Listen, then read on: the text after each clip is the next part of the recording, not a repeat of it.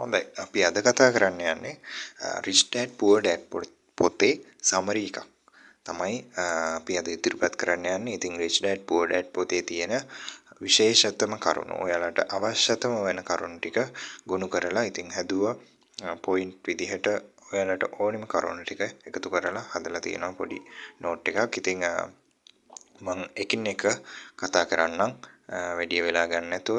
ඉතින් Rich Dad Poor Dad පොත කියවලා තිබුණත් නැතත් ඉතින් ඒකේ තියෙන වටිනාම කරුණු ටික ඔයාලගේ ෆයිනෑන්ෂල් එඩියුකේෂන් එකට අවශ්‍ය ඕනෑම අත්‍යවශ්‍යම කරුණු ටික ඉතින් මේකේ ඇතුළත් කරලා තියෙනවා.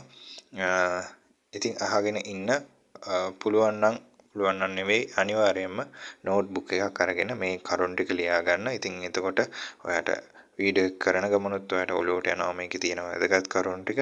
ඉතින් ඒ වගේම පස්සේ ඕන වුණොත් එහෙම ඒවා බලා ගන්නත් නැවත ආවර්ජනය කරන්නත් මේක නෝට්බුක් එක ලියන එක හේතුවක් වේවි. ඉතින් ඒකින්ද අනිවාර්යයෙන් මේක කරන්න. මගේ වීඩියෝස් හැම එකක් එක්කම නෝට්බුක් එකක් තියාගන්න. මගේ වීඩියෝස් විතරක් නෙවෙයි ඔයාලා YouTube එක බලන ඕනෑම වීඩියෝ එකක් එක්ක এডুকেෂන් කන්ටෙන්ට් එකක් තියෙන ඕනෑම වීඩියෝ එකක් බලද්දී නෝට්බුක් එකක් තියාගන්න පුරුදු වෙන්න. ඒකේ වැදගත්ම කරුණු ටික ඔයා ලියා ගන්න. හරි අපි යන් පළවෙනි පොයින්ට් එකට. ඉතින් Rich Dad Poor Dad පොතේ ඕවර්විව් එක ගත්තොත් එහෙම ඒ කියන්නේ මේක ගත්තොත් එහෙම ඇත්තටම Rich Dad Poor Dad කියන්නේ මේක ලියලා තියෙන රොබර්ට් කියෝසාකි කියන ධනවත් ව්‍යාපාරිකයා. ඉතින් ඔහුගේ පියවරු දෙදෙනා ගැන තමයි ඇත්තම පියා සහ තවත් පියෙක් ගැන තමයි තාත්තා කෙනෙක් ගැන තමයි මේක ලියලා තියෙන්නේ. ඉතින් මේකේ වටිනාකම තියෙන්නේ මේ තාත්තලා දෙන්නගේ තියෙන මයින්ඩ්සෙට් එක. ඉතින් මයින්ඩ්සෙට් එක අනුව ඒ කියන්නේ හිතන විදිය අනුව උන් කොහොමද ධනවත් වෙන්නේ? ධනවත් භාවයට කොහොමද හිතන විදිය බලපාන්නේ කියන දේ ගැන තමයි මොහු මෙතනදී ප්‍රධාන වශයෙන් ඉදිරිපත් කරන්නේ ඔහුගේ පියවරුන් දෙදෙනා ආශ්‍රයෙන්. ඉතින් පියවරුන් දෙදෙනා කියලා කියන්නේ ඇත්තම පියා මෙතනදී කියෝසාකිගේ ඇත්තම පියා මෙතනදී ඔහු හඳුන්වන්නේ poor dad විදිහට. ඒ වගේම ඔහුගේ යාළුවෙක්ගේ පියෙක් තමයි මොහු Rich Dad විදිහට නැත්තම් ධනවත් පියා විදිහට සලකන්නේ. ඉතින් මේ දෙන්නගේ මයින්ඩ්සෙට් දෙක වෙනස් වගේම මේ මයින්ඩ්සෙට් එක නිසාම මේ දෙන්නගේ පොසිෂන් දෙක ඒ කියන්නේ මෙයාලා කරන දේවලුත් වෙනස් වෙනවා. ඔවුන් අතේ තියෙන මුදල් ප්‍රමාණයත් ඔවුන් ජීවත් වෙන ආකාරයත් වෙනස් වෙනවා. ඉතින් ඒ ගැන තමයි මේකේ වැඩිදුර කරුණු සඳහන් වෙන්නේ. ඉතින් poor dad ගත්තොත් එමේ කියන්නේ කියෝසාකිගේ ඇත්තම පියා ගත්තොත් එම ඔහු ගොඩක් හොඳට ඉගෙනගත්ත පුද්ගලයෙක්. පාසල් අධ්‍යාපනය හොඳින්ම හදාරපු පුද්ගලයෙක්. ඔහු ගුරුවරයෙක් විදිහට සේවය කරනවා මාසික වැටුපක් යටතේ. ඊට අමතරව මොහු Rich Dad ලෙස සලකන ඔහුගේ යාළුවාගේ පියා ඔහු බිස්නස්මන් කෙනෙක් ධනවතෙක්. නමුත් ඔහු පාසල් අධ්‍යාපනය හොඳින්ම හදාරලා නැහැ. ඉතින් මෙතනදි කියන්නේ නැහැ පාසල් අධ්‍යාපනය හදාරන්න එපා කියලා. නමුත් මෙතනදී ඔහු කියන්න බලාපොරොත්තු වෙන්නේ පාසල් අධ්‍යාපනයටත් වඩා තව වටින්නේ ෆයිනෑන්ෂල් এডুকেෂන් එක කියන එක. ඉතින් ඉස්සරහටත් මම මේ සමරි එකේ ඉස්සරහට යද්දි මම ඒක ගැන තවදුරටත් පැහැදිලි කරන්නම්.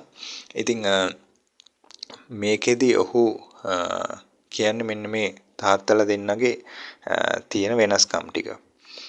ඉතින් මෙතනදී පළවෙනි පොයින්ට් එක තමයි ඔහු ඉදිරිපත් කරන්නේ මේ පාසල් අධ්‍යාපනයෙන් කිසිදු විදිහකින් ෆයිනෑන්ෂල් এডুকেෂන් එක. ඒ කියන්නේ මුදල් සම්බන්ධ දැනුම පාසල් අධ්‍යාපනයෙන් ඉදිරිපත් කරන්නේ නැහැ කියන එක ගැන ඔහු සඳහන් කරනවා. ඊට අමතරව මුදල් ගැන ඉගෙන ගැනීමෙන් ඔයාලට ෆයිනෑන්ෂලි ඉන්ඩිපෙන්ඩන්ට් පුද්ගලයෙක් වෙන්න. ඒ කියන්නේ මුදල් අතින් ස්ථාවර පුද්ගලයෙක් වෙන්න පුළුවන් කියන එක ගැන තමයි ඔහු කියන්නේ. ඊළඟ පොයින්ට් එක ප්‍රධාන වශයෙන් ඇසෙට් සහ ලයබිලිටිස්. ඒ කියන්නේ වත්කම් සහ වගකීම්. වත්කමක් කියලා කියන්නේ ඔබේ සාක්කුවෙන් මුදල් ඇතුළට ඔබේ සාක්කුවට මුදල් එනවනම් ඔබේ සාක්කුවට මුදල් එනවනේ යම්කිසි මුදලක් ඔයාලට හම්බුනාන් පස්සේ ඒ මුදල වියදම් කරලා ඔබ දෙයක් කරද්දී ඔබ දෙයක් ලබා ගන්න දෙයින් ඔබේ සාක්කුවට මුදල් එනවනම් ඒක කියනවා වත්කමක් විදියට. ඒ වගේම යම්කිසි මුදලක් වියදම් කරලා ඔබ දෙයක් ලබා ගනිද්දී ඒ ලබා ගන්න දේ නිසා ඔබේ සාක්කුවෙන් මුදල් පිට වෙනවා නම් මුදල් එළියට යනවා නම් ඒක කියනවා අපි වගකීමක් කියලා නැත්නම් liability එකක් කියලා.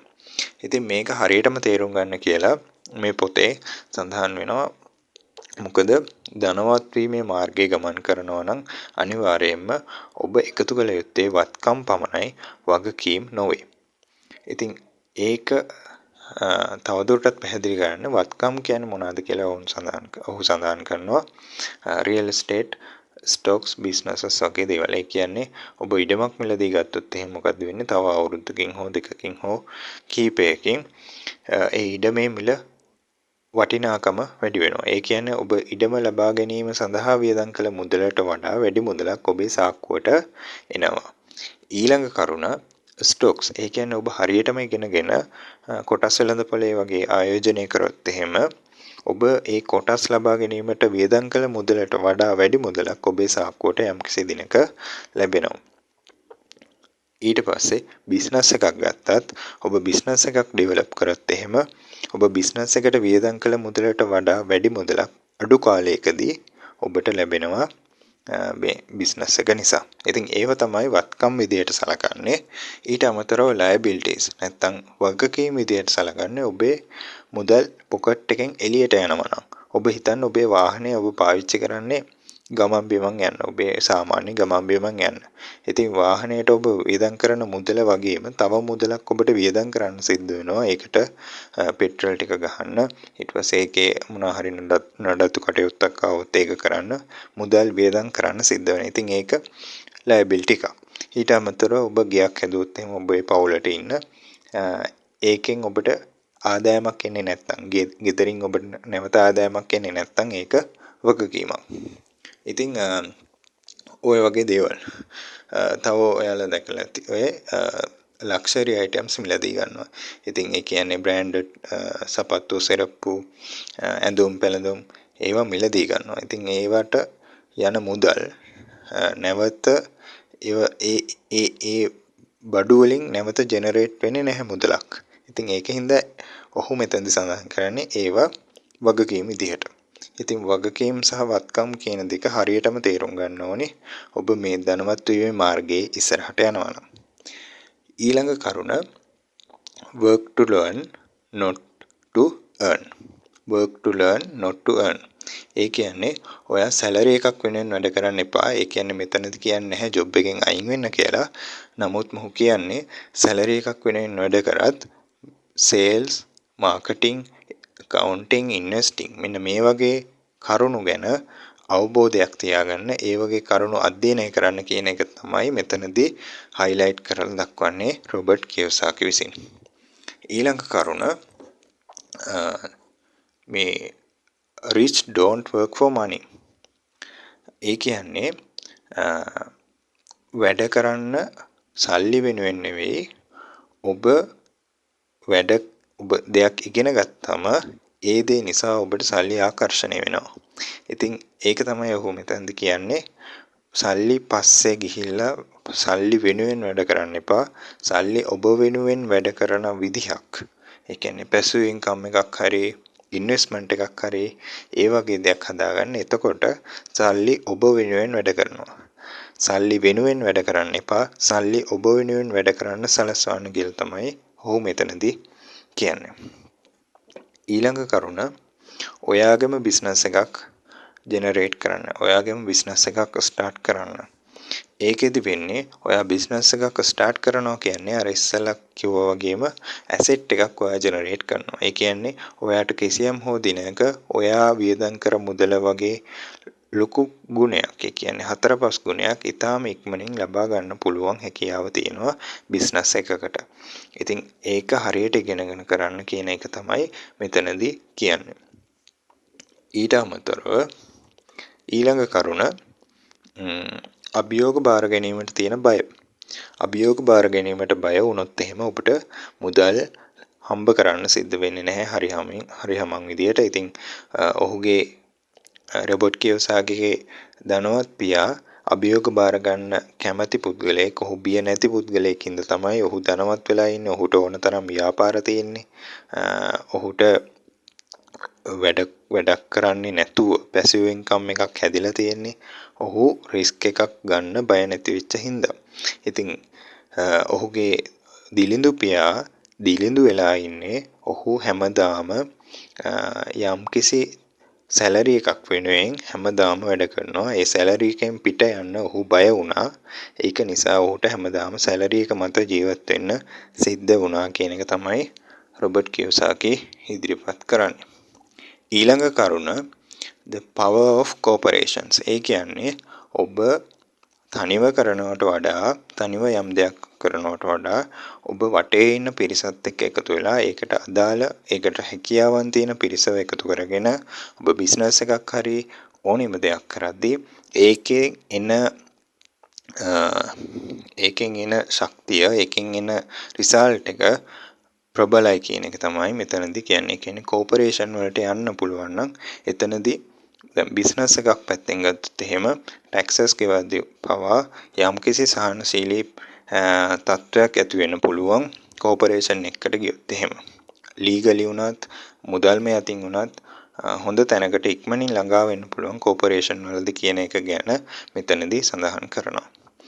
ඊට අමතරව ෆයිනෑන්ෂල් IQ එක වර්ධනය කරගන්න කියලා මෙතනදී කියනවා රොබර්ට් කියෝසාකි. ඉතින් ෆයිනෑන්ෂල් IQ එක කියලා කියන්නේ මේ ටැක්සස් ගැන, ඉන්වෙස්ටිං ගැන, මාකට්ස් ගැන, ඊට පස්සේ මේ නීති ගැන, ෆයිනෑන්ෂල් නීති ඒවා ගැන ඉගෙන ගන්න, ඒවා ගැන දැනුවත් වෙලා ඉන්න. ඒ දැනුවත්භාවය තුළින් ඔයාලා දැනුවත් වීම වෙලා ඉන්න පුද්ගලයෙක් ගන්න ඩිසිෂන් එකකට වඩා, කියන්නේ දැනුවත් භාවයක් තියෙන පුද්ගලයෙක් ගන්න තීරණයකට වඩා දැනුවත් නැති පුද්ගලයෙක් ගන්න තීරණ හින්දා ඔයාගේ බිස්නස් එක නැත්නම් ඔයාගේ මේ ෆයිනෑන්ෂල් ලයිෆ් එකම කඩාගෙන වැටෙන්න පුළුවන් කියන එක ගැන රොබර්ට් කියෝසාකි කියනවා. ඉතින් ඒකෙන් හින්දා පුළුවන් තරම් ඒ දේවල් ගැන, ටැක්සස් ගැන, ඉන්වෙස්ටිං ගැන, මාකට්ස් ගැන, නීති ගැන මේ මුදල් සම්බන්ධව දැනුවත් වෙන්න කියලා රොබර්ට් කියෝසාකි කියනවා. ඉතින් මේවා ඊටාම ලස්සන කතන්දරයක් ආශ්‍රයෙන් තමයි ඔහු ඉදිරිපත් කරන්නේ. ඉතින් මම ඒකේ තියෙන කරුණු ටික පොයින්ට් විදිහට හදාගත්තා. ඒකෙන් අපිට ගන්න තියෙන කරුණු ටික හදාගෙන තමයි මම මේ ඉදිරිපත් කරන්නේ. ඉතින් ඒ වගේම අවසාන කරුණ විදිහට Taman දන්න දේවල් අනිත් අයට තමන්ගේ දැනුම ෂෙයා කරන්න කියලා රොබර්ට් කියෝසාකි කියනවා.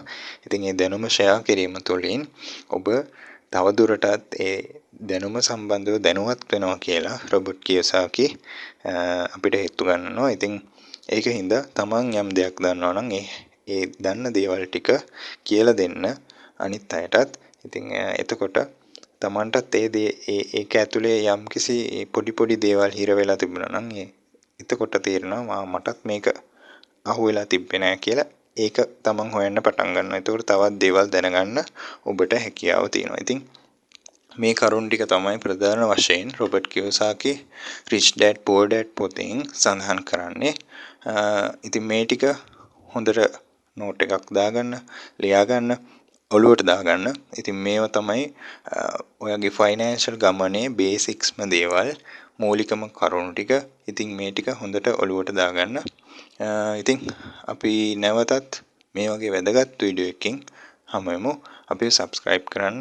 යම්කිසි දෙයක් ඉගෙන ගත්තා නම් subscribe කරන්න. අපිත් එක්ක දිගටම රැඳිලා ඉන්න.